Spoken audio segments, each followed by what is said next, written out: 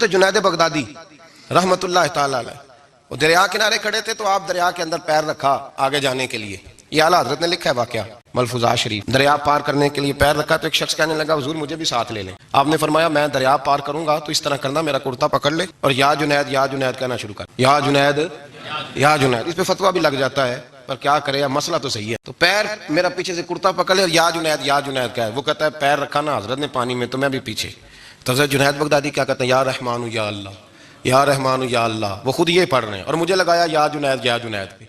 कहते हैं दरिया में वो भी चलने लगे तो मैं भी, यूं लगा जैसे पक्के फर्श पे चल रहे हैं। कहते हैं थोड़ा सा गुजरा तो मैंने कहा बाबा खुद या रहमान या अल्लाह कह रहा है और मुझे या जुनैद पे लगाया हुआ है, तो चलो मैं भी या रहमान या अल्लाह पढ़ता हूँ। कहते मैंने या रहमान या अल्लाह कहा तो मैं डूबने लग गया, दरिया में डूबने लगा। तो हजरत फरमाने लगे तुझे कहा ना या जुनैद का है। कहते फिर या जुनैद का, तो फिर ऊपर आ गया। फिर मैंने कहा या रहमान या अल्लाह, तो फिर डूबने लगा।